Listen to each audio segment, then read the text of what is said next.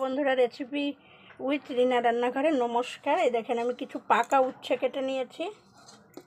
কড়াই বসিয়ে দিয়েছি, মাছের তেল নিয়ে নিয়েছি, একটু 1 চামচ রসুন বাটা নিয়েছি, কড়াইতে সর্ষের তেল দেবো, অল্প করে দেব,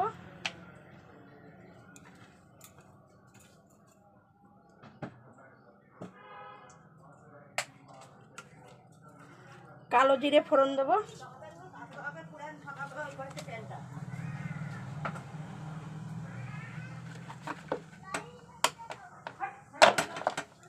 দুটো তিনটে কাঁচা লঙ্কা দেব,